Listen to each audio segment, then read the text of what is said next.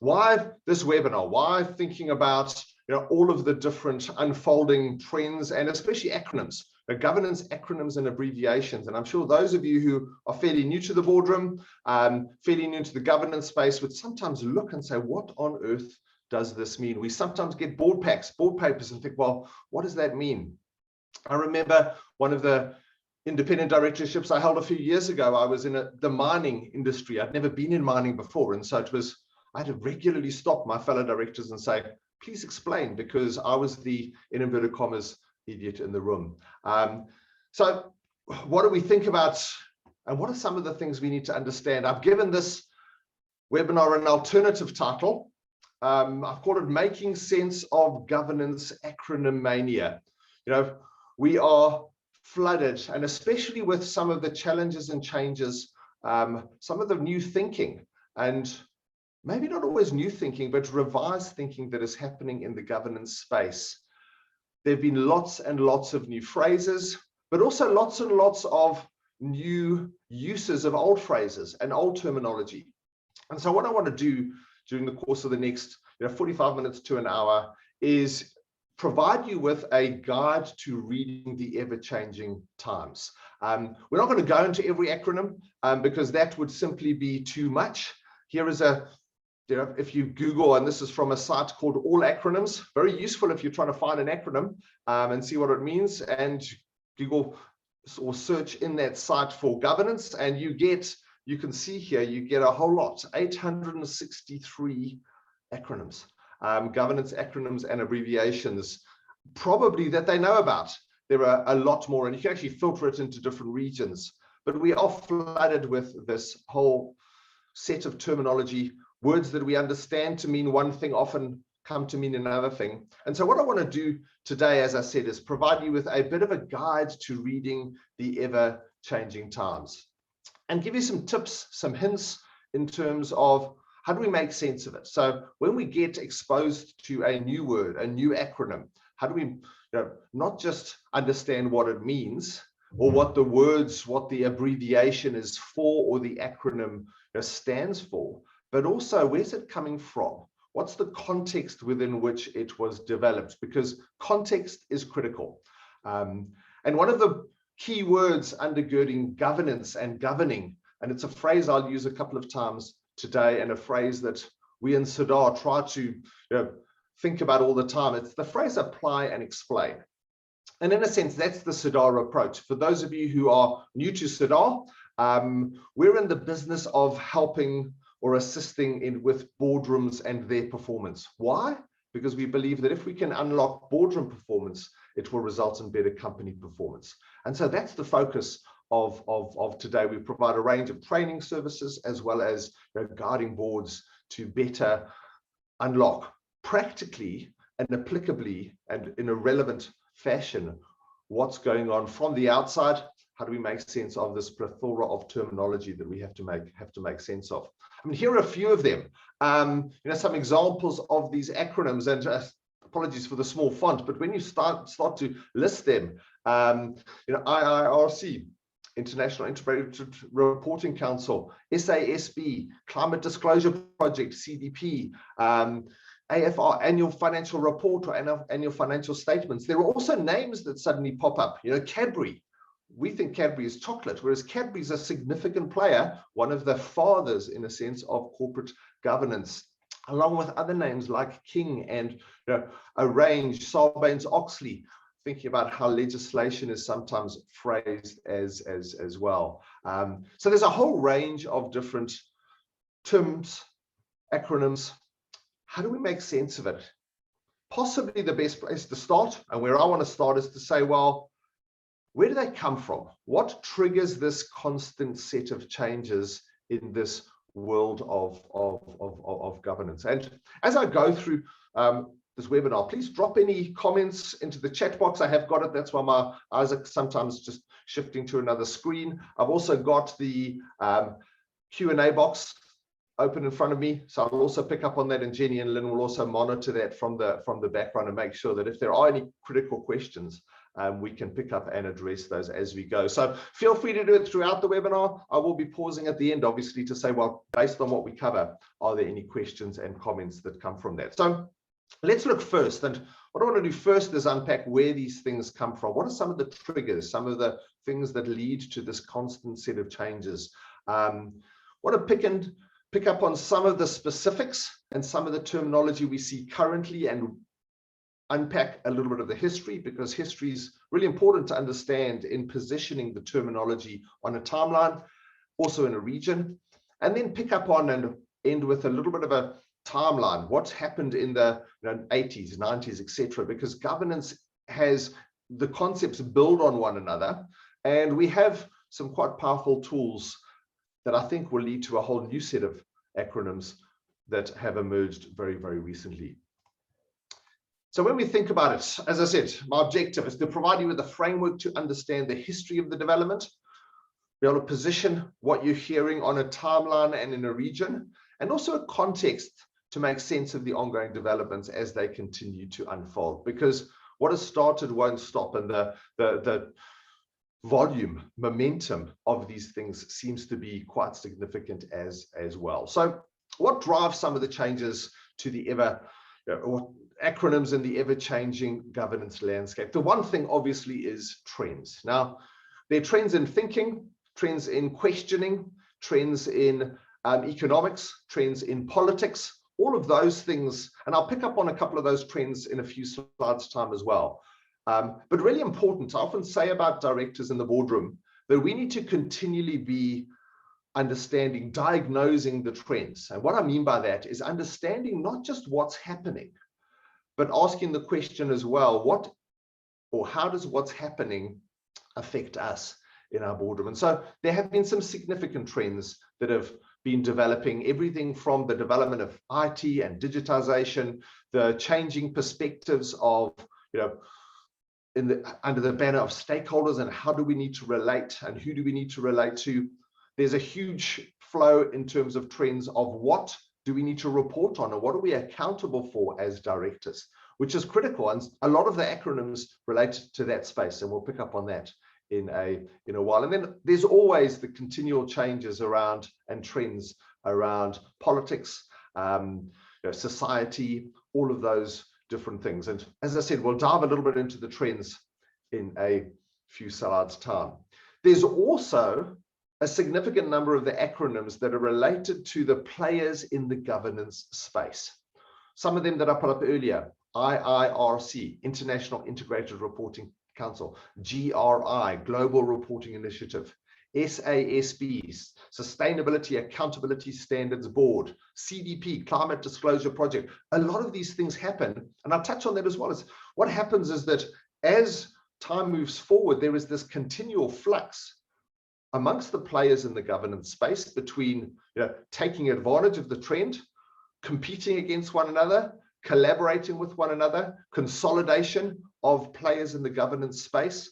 And that's really important because the various bodies, as I've got, there are either legislative, they tell us what to do, they're instructive. So there's this concept in governance that there are things we have to do, there are things we should do, and there are things we could do. And that's the range of different bodies there are in the governance space. There are those that tell us, obviously, the legal framework we operate in different countries governs a lot of that. Some are quite instructive. This is what you should be doing if you want to be well governed. And there are some that are advisory, to say, well, here are your options. Make sense of it. And these are the kinds of questions we need to be asking as we approach, as I said, this landscape of governance acronymania.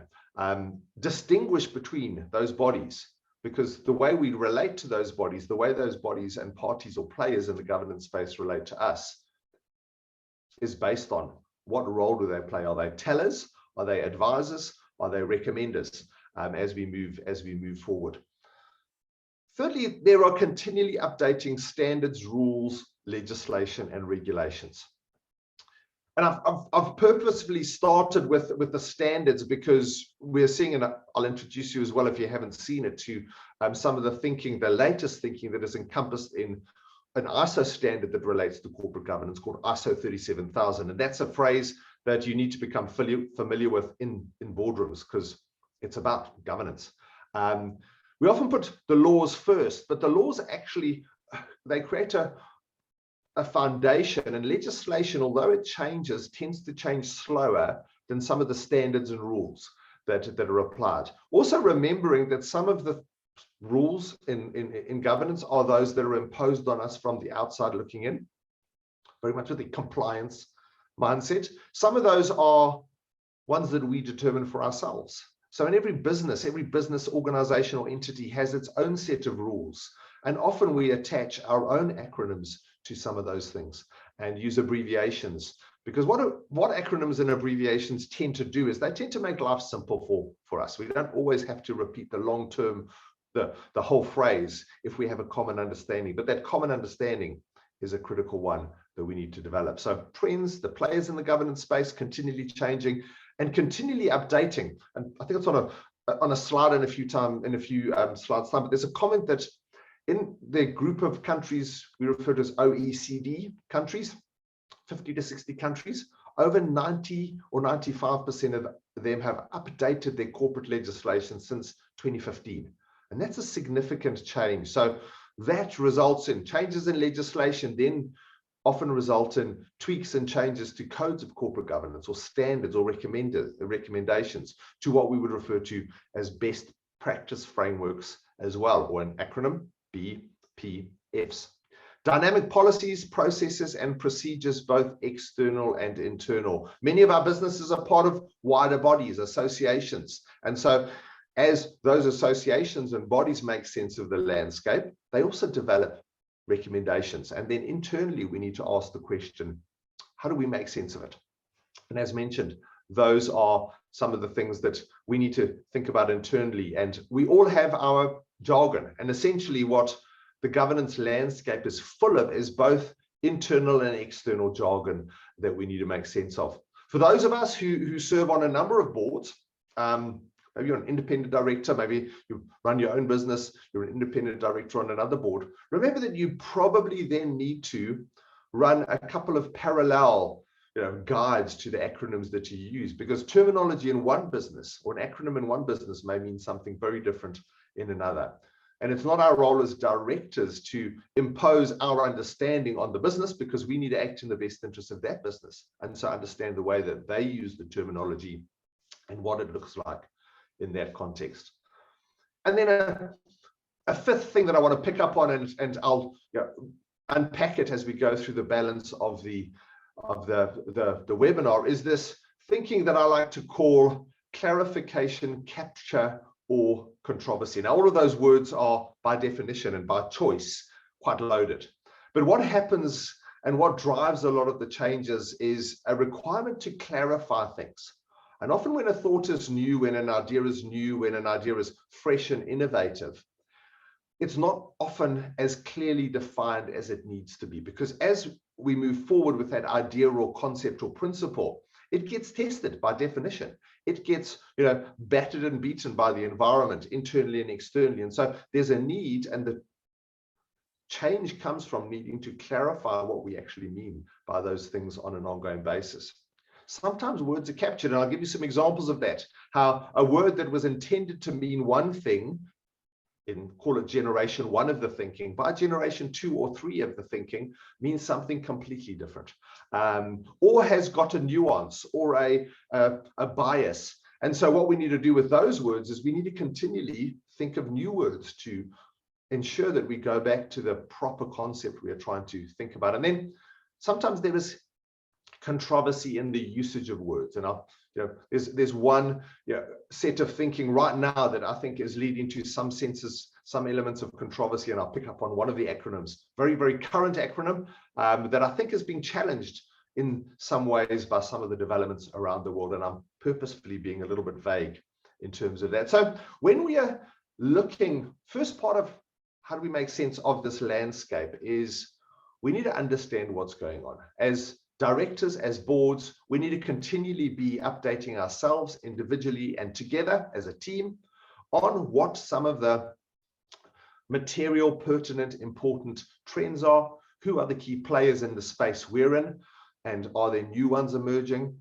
obviously we've got to have an understanding of the changing legislation and updating ourselves in terms of that on an ongoing basis. And then as we develop our own, we need to make sure that we are reviewing and our own policies and processes and procedures, while they need to remain dynamic, they also need to be understandable.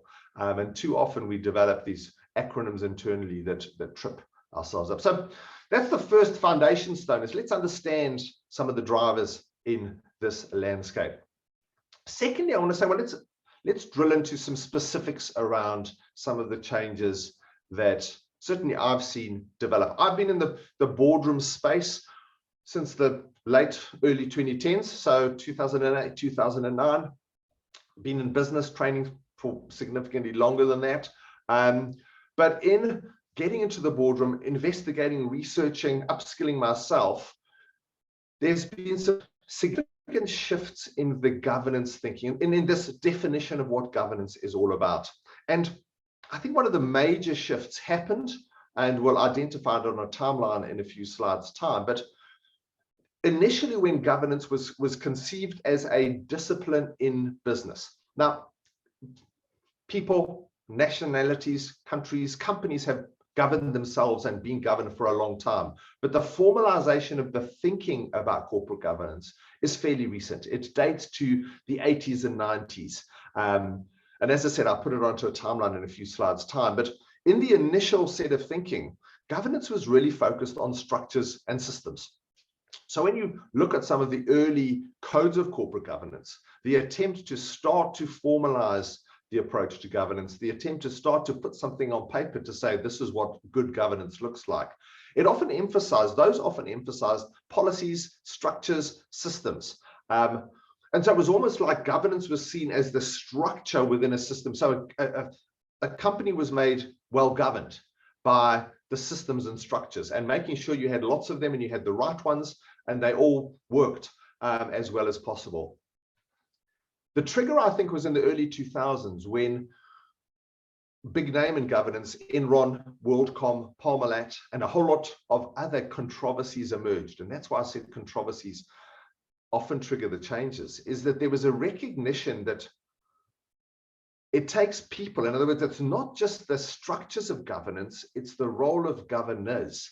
And so we saw this emphasis and this shift to the nature of the people who were governing, who had a huge impact on the use of, the abuse of, the design of the actual structures and systems, and how people would get away with a lot of things in the likes of the Enrons. They ticked all the boxes. They had a lot of structures and systems in place, and yet got away with a whole lot of nonsense. More recently in South Africa, we had the example of Steinhoff. Internationally, we've had Boeing, VW, lots of controversies that essentially have happened within often very well-structured systems. And what this triggered as well, and so obviously the emphasis, suddenly governance wasn't just talking about policies and procedures and processes, it was talking about the concept of ethics and ethical governance and the people elements from that first. And what that triggered was a thinking that went deeper. It went from the tangible, visible structures of governance to the reason for those structures, the reason that undergirded those systems and structures. And this is where the word that came up was the principles of governance. I like to use the term the root of good governance.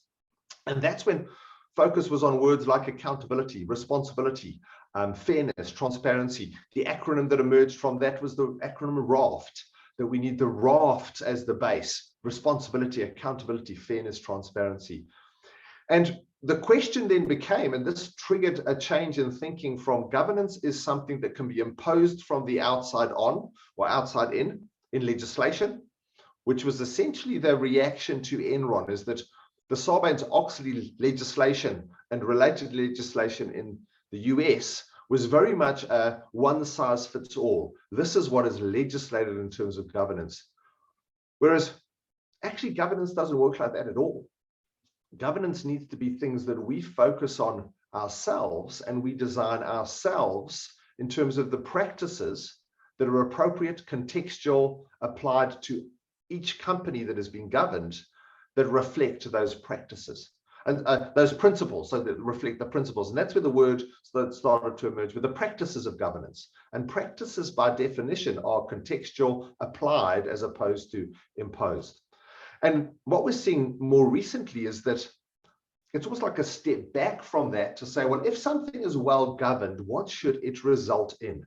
And so the latest thinking on governance, and a phrase you've probably heard, is the term outcomes-based governance. And essentially that's saying that good governance is not so much dependent on systems and structures, because you can't copy and paste systems and structures from one business automatically into another. We need to think about the application. But even in the application isn't to tick a box. The application is to ensure the right outcome. And so that's what the latest thinking is. And I think it's very healthy, because it is about looking from the outside in. And that's aligned to the increasing emphasis on stakeholders, some of the S words that have emerged, stakeholders, sustainability, and we'll pick up on that. So to look at some specifics, there have been a range of governance acronyms that reflect this definitions and this changing definitions or perceptions of governance and accountability. One of the kind of oldest school and oldest, now when I put things on a timeline and refer to them as old, I'm not denying that they're valuable, but it's important to understand that they often meant and reflected a type of thinking. The term GRC is a term that relates, and if you put it on a timeline, it came out of the late 80s, early 90s. And what it tended to do was make G equal to R equal to C. And those three words are governance, risk, and compliance. So in its healthy form, it was saying that, hey, governance is more than just systems and structures. It also has to do with thinking about risk, and risk thinking started to emerge in the 90s in a formal discipline. We had ISO 31000 as a result of that, which is now in its third or fourth iteration. But because the C word was attached to that, compliance, unfortunately, the abuse of the word GRC became very much, well, if we've ticked the boxes, we've governed our businesses. And I think that led to some of the thinking that undergirded some of the Enrons and the WorldComs, because they certainly ticked lots of boxes. It was also a term that was, I used the word capture a bit earlier. It was a term that was captured in a sense by IT and digitization, because a lot of the systems at that same time, remember, a lot of businesses were implementing ERP, another acronym, Enterprise Resource Planning Systems, that were about integrating the entire business. And GRC was, as a monitoring system, a helpful way to get the reporting out of the business. And so that's what GRC systems have become, is they've essentially become an IT acronym more than a governance acronym. At the same time, there was an emergence of this thing I've referred to there as TBL and PPP. And it was actually in a book written in 1994, the concept of triple bottom line reporting. So the shift went from, well, ticking boxes to what are we actually accountable for reporting on? And triple bottom line reflected in the acronym PPP, People, Planet, Profit. Essentially, it was saying that there's a wider necessity for reporting from companies. And some of the drivers we'll touch on a bit later, but suddenly it was a case of saying we can't just think about companies as having a financial footprint. They also have an environmental footprint, the planet element. They also affect and impact and are impacted by people. And so you had this growing movement of what are we accountable for, and what is the form with which we give that account? And so a lot of the acronyms in today's world are related to that. That then developed to IR, you may know, as integrated reporting. The IT part of that isn't information technology, it's integrated thinking. Because if we want to report in an integrated manner, we've got to start by thinking in an integrated manner. Thinking about the business, not just as a financial vehicle, but what other inputs are coming into our business? What are the other things that we're using? There's financial capital, but what are the other capitals? And so the integrated reporting model led to this development, or got based on a model called the 6 capitals model. And that means we need to think about, obviously, money is one kind of financial capital, people, the human resource capital into the business, or human capital, intellectual capital, Supply chains, manufactured capital, what are the things we're buying? The environment, the planet capital, environmental capital, and then the communities, the social and relationship capitals that go into our business. And some models have taken that and expanded it to 7 or 8 different capitals. The danger of some of that thinking, though, is it makes us treat everything like money, and people aren't money. Some of the assets in our business, they're not money.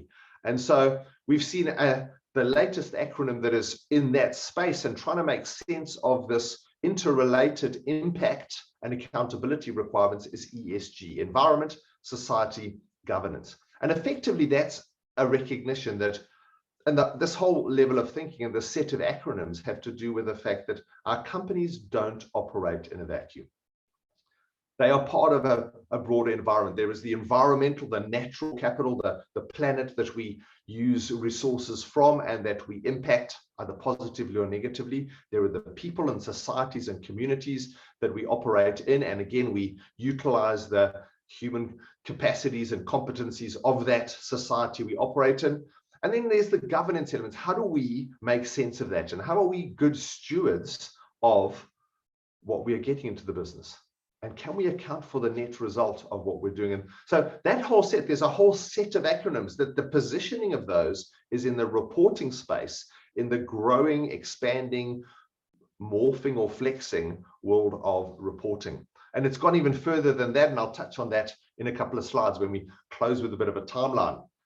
And then this phrase, these 3 C's that, and again, it's probably another acronym, and I'm quite good at coining acronyms. I do it essentially so that I can remember things, and I remember triplets, I suppose. It's a tool that often is used in learning, remember things in 3s, and it's helpful. But clarification, capture or abuse, and controversy. Now, what tends to happen is that we have the terminology is initiated, it's conceived of, someone says, well, this is a good term to make sense of what we're facing or what we're requiring or what we're accountable for.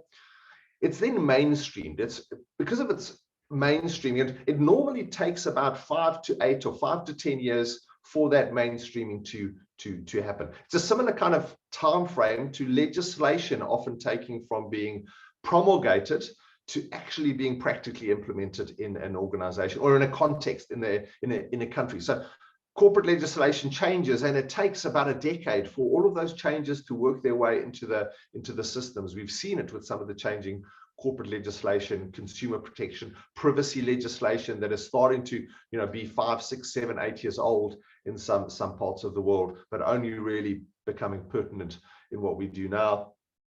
And so as we get mainstreaming, we get adoption, and then we get adaptation, often with and the adaptation, as I said, is triggered by either a need to clarify, which means that's a healthy adoption. In other words, as we're adopting it, it's changing because we need to make sense of it on an ongoing basis. And that's that phrase, apply and explain, that undergirds the development of governance thinking that we've seen over the past 5, 10, 15 years. A shift from comply, do, or else, or there's problems, to actually we need to think about the context ourselves and apply it and develop our own practices that reflect good governance. And so that's ongoing, the clarification and the refining. The challenge, though, is in the controversies. So the likes of an Enron, as I mentioned, where they ticked all the boxes and yet were blatantly lying about what they were doing, and developed over the years what was called the euphemism was used. So euphemism is another terminology we need to be aware of, an earnings gap. In other words, between what they were reporting and what was real was a gap. I like to think about it as a lie, because that's what it was, of over $3.5 billion. And we've seen that with various companies. So I know we like to pick on Enron, but it hasn't stopped.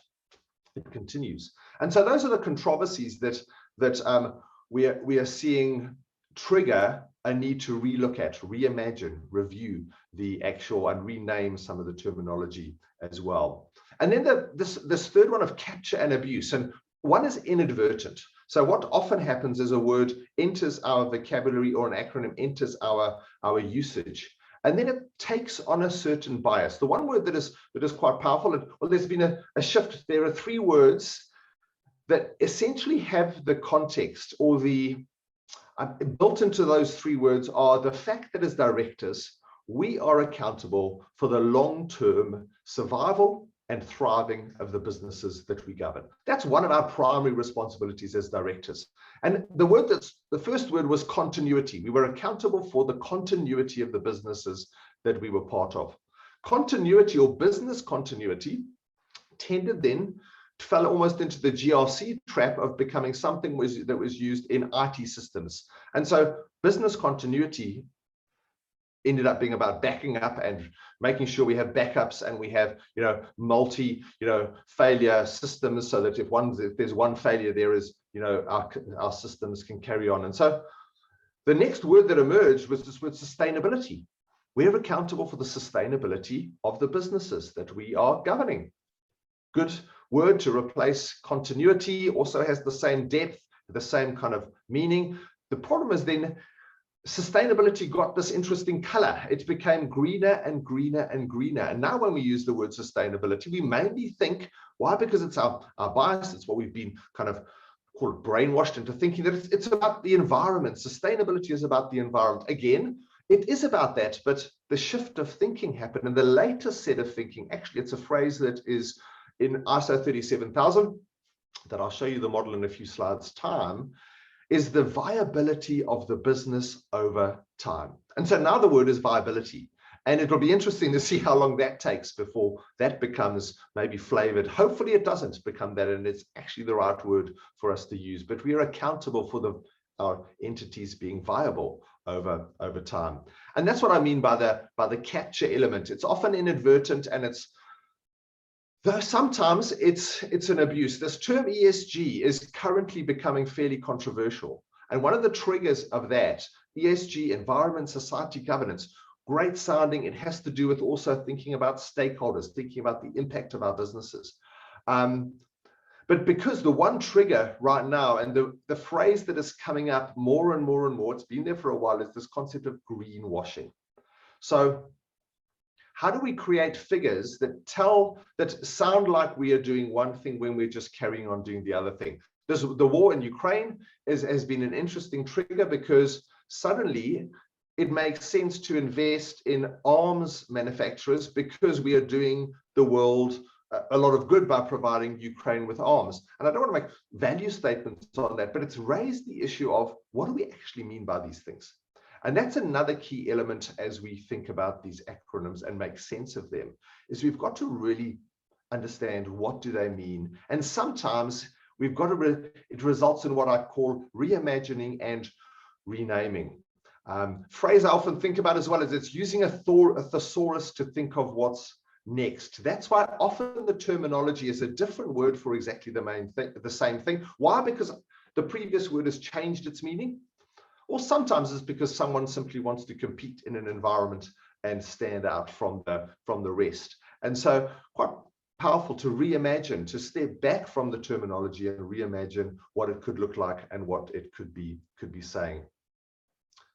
Also, a couple of other things that have happened, and I have mentioned some of these as we've seen it. And as we go through, please, if there are questions or comments, it'll be great to get those through. Got the last few, we're into the second half of the webinar. It's always good to get the thinking going if there are questions and comments. As mentioned, I have the chat box open. I have the Q&A box open in front of me as well. And then when we do Q&A at the end, we'll also monitor if you want to raise your hand and ask a question. If we've got enough time, we may have an opportunity to take also some verbal questions, and we'll manage that as we get there as well. So some of the other details, there's been an explosion of bodies or players in the market. As I said, that whole host of bodies related to auditing other impacts. And I use that phrase quite kind of carefully. In business, the one area that is fairly substantially thought through, fairly settled, is financial reporting. It's governed internationally by the International Financial Reporting Standards, IFRS. GARP is another model, but there are very few key models around the world for how we report on our finances. While the trends have been emerging about taking into account environment, taking into account communities, there has been a range of bodies that have said, well, we can help you measure, audit, verify what's in your reports around those different impacts. And that's where a lot of the bodies like the Sustainability Accountability Standards Board, the Climate Disclosure Project, GRI, Global Reporting Initiative, have provided some frameworks for thinking around that. And we've seen a massive explosion of bodies as the trends develop. So obviously trends unlock opportunities. And what tends to happen when there are opportunities is we get this shifting from competition. So often these bodies compete with one another because they start to say, well, we're the ones who can give you a more accurate picture than the others. And again, this is where some of the controversies and the capture and the abuses have come in as well. But over time, what tends to happen is certain players emerge, become fairly dominant. And so we've had the thinking, call it Eurocentric thinking, and again, I'm using that neutrally, those terms neutrally, but thinking that has been driven by mainly the European thinking, often flowing into European and Africa. It's often time zone based. And that's where the likes of integrated reporting has become quite a dominant player. In the US, bodies like SASB, Sustainability Accountability Standards Board, in other parts of the world, get these dominant players who then look at each other and say, we need to collaborate, because it's nonsensical for us to be effectively saying very similar things and competing. And so we get this collaboration and then ultimately a consolidation. Right now, in the reporting space, we are seeing that. We're seeing it's moved from competition to collaboration to consolidation. And the emerging acronym is VRF, Value Reporting Framework, which is the Integrated Reporting Thinking, Sustainability Accountability Standards Board, Climate Disclosure Project, GRI. Some of those bodies I've mentioned and those acronyms I've mentioned are starting to work together to say, how do we create, much like IFRS for finance, but IFRS for the rest. And so even IFRS is getting involved in the value reporting framework as well. And so that helps us to change or to identify where things are at in the development. There's continually a formalization and convergence. Working in the governance space for the last 15 years, it's been clear that as legislation is updated, so there has been a convergence of thinking around, especially the role of boards, the responsibility, directors' duties. It's more similar around the world than it was 10, 15, 20 years ago. There are obviously nuances all over the place, but there's been a formalization and convergence as well. And as mentioned, the reporting bodies and standards are interlinked, because the danger is we get these overlapping areas, and these overlapping areas often need to be clarified. And that's where the clarification comes in, because it's, well, we've got two bodies working together, so we can't refer to them separately. We actually have to develop a new way of referring to them, and they often get a new name, like Value Reporting Framework, mentioned a few minutes ago. And then internationally, we do get, what tends to happen is, I should have said divergence and then convergence. Over the thinking, what's also been interesting, so even looking at reporting, so I mentioned triple bottom line reporting. After triple bottom line reporting was promulgated, started to be mainstreamed and adopted, unfortunately what tended to happen is companies simply produced 3 different reports. And that's not the point of reporting. You need to have one report that reflects the entire performance of the company. And that's where the concept of, so there was actually a move called the One Report move, where it said, we've got to get these things back together. And out of that developed integrated reporting, and the name integrated, or the term integrated, referring to getting this all together again.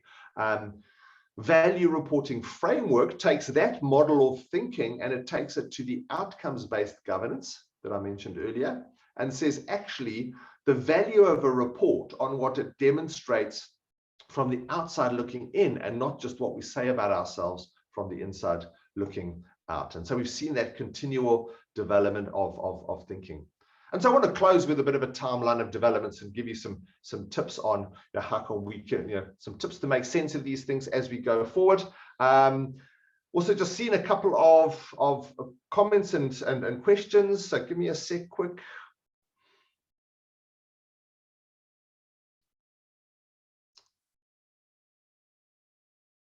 Yeah, very, very powerful comment there about, unfortunately, ethics is a word that we can use without it being real necessarily. There's an interesting concept undergirding the word ethics. It comes from And part of it drives this outside in thinking, is that the word ethos, disposition, character, an ethos of a place or a person, in that Greek concept of the word was this understanding that an outsider, someone looking from the outside in, was far more accurate in their assessment of ethos than someone who was in looking out. And so often our self-description as companies of our values and our vision and our purpose, and those are important things, but the real test comes in what it's perceived from the outside looking in, and hence the shift of thinking to outcomes-based governance as well. Very, very powerful comment there, Richard. Thanks for that.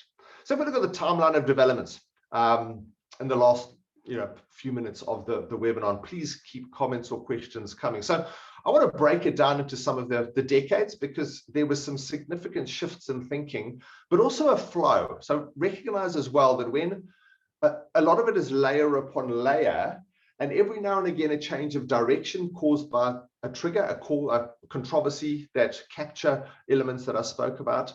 But what we're dealing with in the 20s is a culmination of thinking, and we have a lot to be thankful for the thinking that started in the 80s, because in the 80s was when the first formalization of governance thinking was, in a sense, put on paper.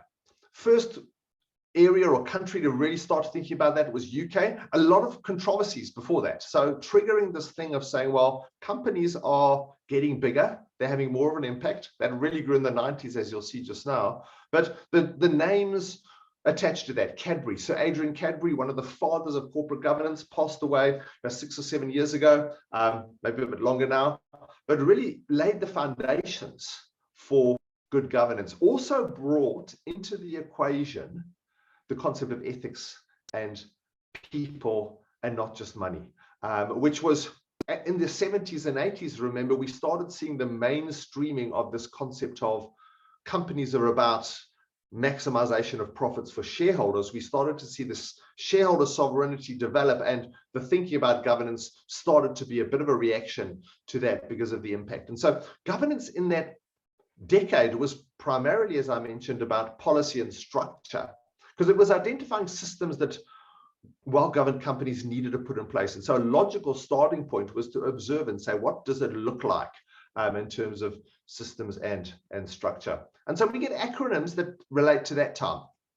Some of the acronyms I've already mentioned: triple bottom line, people, planet, profit, emerged in the 90s. And this is where, because of globalization, companies were starting to be significant in their size and impact internationally. There were the first time that we started to see reports, and those of us who've been around for a while can remember some of these things, like, wow, there are companies that are bigger than the GDP of countries. And we started to see that kind of narrative coming out of business. And so suddenly it was, well, what do we do about that? And so we had to formalize the thinking of governance. And so this is where the reimagining of the reporting beyond just money was important. Triple bottom line thinking, people, planet, profit, the foundations of what we sit with now. A lot of that was post the first set of corporate governance standards in the 80s and early 90s. South Africa, the first King Code dates to the early 90s. Cadbury, late 80s. And so it was the shift of thinking from structures to accountability. So what are we accountable for at the end of the day? The 2000s saw, as I said, Enron happened in 2002, 2003. Remember some significant events then, the Twin Towers, those kind of things were in the early 2000s. Some of the interesting political, and obviously that was the context, but the response internationally, especially in the States, was this comply or else, SOX, Sarbanes-Oxley, pretty much one size fits all. Everybody now needs to be governed in a better way. And within 9 months of Enron, SOX was promulgated. Now, in America, they have this interesting kind of, I suppose it's way of working, is that the legislation takes its name from the people who drafted the legislation or promulgated, advocated it. And so that's why we get in America the names attached to legislation, quite different with a kind of the more throughout Africa and the Commonwealth. It's more about the types of legislation, I suppose, So that's important to understand different naming conventions as well, helps us understand the context. And this is where governance is about ethics and not just effectiveness. We saw a shift between the King 2 report was early 2000s, so it hadn't really taken this into account. Later, by the end of the first decade in South Africa, we had King 3 that started to, and where King has been significant throughout the African context is a lot of countries have adopted the thinking and developed their own codes, often a bit later. Some of those codes are quite strongly linked and almost copy and paste from King, because King is well thought through. And King 3 especially shifted the thinking to say, Chapter 1 of King 2 was board structures and board processes. Chapter 1 of King 3 was ethical leadership and corporate citizenship, shifting the goalposts in a sense to say it's about the people and about the impact the people have on the business and the business has on its stakeholders. We saw that phrase starting to come up. And the question, what is a company actually for? A very good speech to Google is one by Charles Handy. I refer to it a lot, where he spoke about companies being a community of employees and customers and suppliers, that there's this ecosystem that companies operate within. And that was the early thinking around what we now refer to as stakeholder inclusivity as well. And that speech he did in 2002. 2010s is where some of this was starting to be being adopted. The other trigger then was the financial crisis or controversy, because the way it was dealt with is highly controversial and continues to challenge our thinking. It was in a sense back to the drawing board, because we'd had a lot of responses to the likes of the Enron cluster of crises in the early 2000s, and now there was another one. Because of the nature of it, it affected the whole world, the financial crisis. And so there's lots of legislation, as mentioned earlier, over 90% of the OECD countries updating their corporate legislation since 2015. And that's a significant flow of legislation. And then this cluster of S words, it's about stewardship, it's about taking care of things, the trusteeship, the fiduciary duties of directors becoming really undergirding that. But that's not just about the company, it's about the impact of the company on its stakeholders. So companies aren't isolated, and we can get that isolation if we just think about stewardship. They also have a wider impact. And then ultimately, we've got to put that impact onto a timeline, and that's where this concept of sustainability, now viability, started to emerge as critical themes of governance. And then lastly, in the 20s, obviously COVID hit. And as again, in this last 10 minutes, just wrapping things up, any questions or comments would be really valuable. As well as an endeavor to pull all the thinking together, we've had this plethora of different bodies, acronyms, and so increasing convergence and coherence, both globally and across entities, recognition that governance is not, in some senses, it's not different between different types of entities. Whether it's a non-profit company or even a listed company, they are understandably different in nature. But if you go to the roots and the key principles of governance, they're actually the same, but they would look different in those contexts. And so how do we think about that again effectively? So it's apply and explain in the boardroom and from the boardroom, but also outcomes-based governance, because ultimately it's our stakeholders looking from the outside in that determine whether we are well governed or not. And a lot of that is housed in ISO 37000. And this is ISO 37000. It's I think, a really elegantly put together model. And probably because I quite like drawing circles and putting things in circles as well. It works from the inside out, and you can see the core is purpose, but the outcomes are in that the black circle on the outside, the governance outcomes being the thing that ultimately test whether we are well governed, whether we've taken purpose, been effective in our value generation model, and comprehensive in that strategy. Are we pursuing the right things? Are we creating accountability and oversight structures that are relevant and applicable and get the right information to the right decision makers at the right time, which is what policy frameworks should ultimately aim to do. And all of the other tools in that third circle from the center. The outside circle is what we're seeing from the outside. Are we seen to be effective in our performance? We don't have effective companies if we don't govern in a and understand all of these acronyms in terms of that, then we are going to miss the boat. If we're not ethical in our behavior, and a lot of those themes are emerging in a lot of the acronyms. And then, are we responsible stewards? The ESG acronym is essentially that, the stewardship acronym that we're seeing at the moment. And so, as I also mentioned, value-based reporting, because if it's about generating value from the inside out, it's about being accountable for that value creation from the outside looking in as we're reporting. And so, as we close, understanding the governance landscape ultimately keeps us moving forward. It is an ever unfolding landscape. It changes. There are acronyms we need to make sense of. And so we need as directors to look back, understand the history. And that's what I've tried to do, is give you some ideas of positioning some of these acronyms or concepts in time and in different regions. But we also need to look forward. We can help you. Sadar, as I go through this, we're going to put up a poll to, as I unpack some of the ways that we can help you. So please drop that poll up. Ladies, essentially we're trying to say, and where we come from, is that our approach is focused very strongly on this concept of apply and explain. We look at these, and I suppose it is the way of thinking that we have in our team, is to really look and say, what's practical, what's applicable, what's relevant, and what does it look like in our businesses. One of our benchmark programs is called the Applied Directorship Program. It's called the Applied Program because that's what we're trying to do. We're trying to take you, and it's an 11-month journey of learning.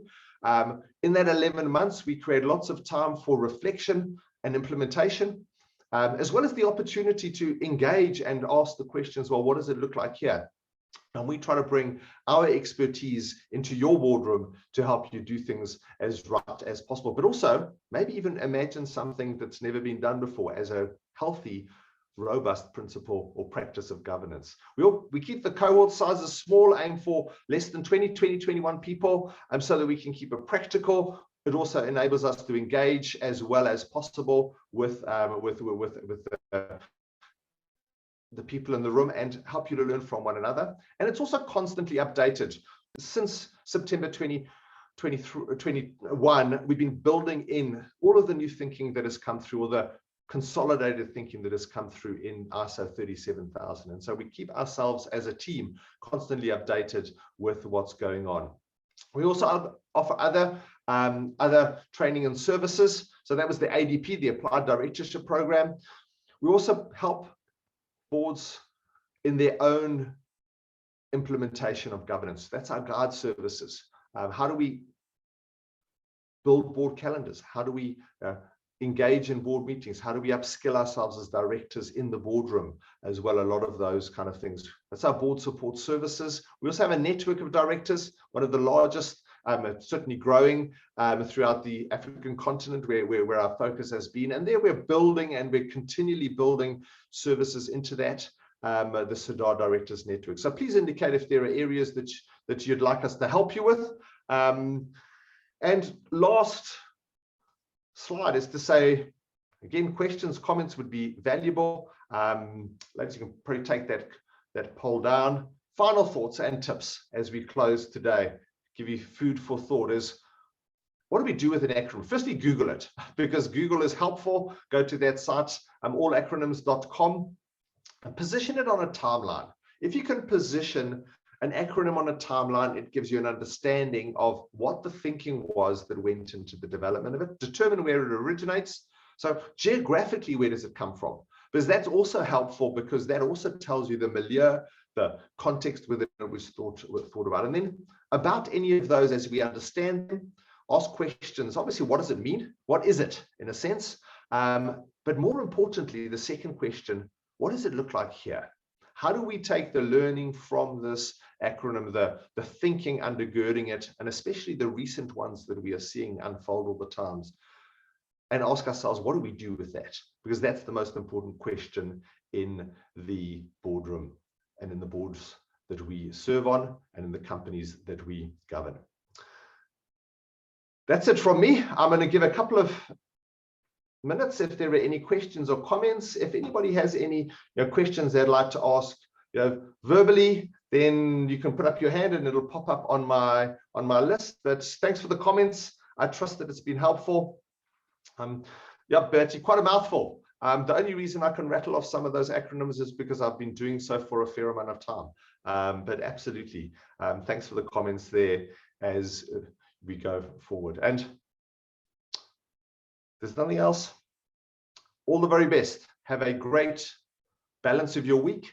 And please keep in touch with us or get in touch with us. We'll be getting in touch with you based on some of those comments and the next steps. So with that in mind, all the very best and stay well.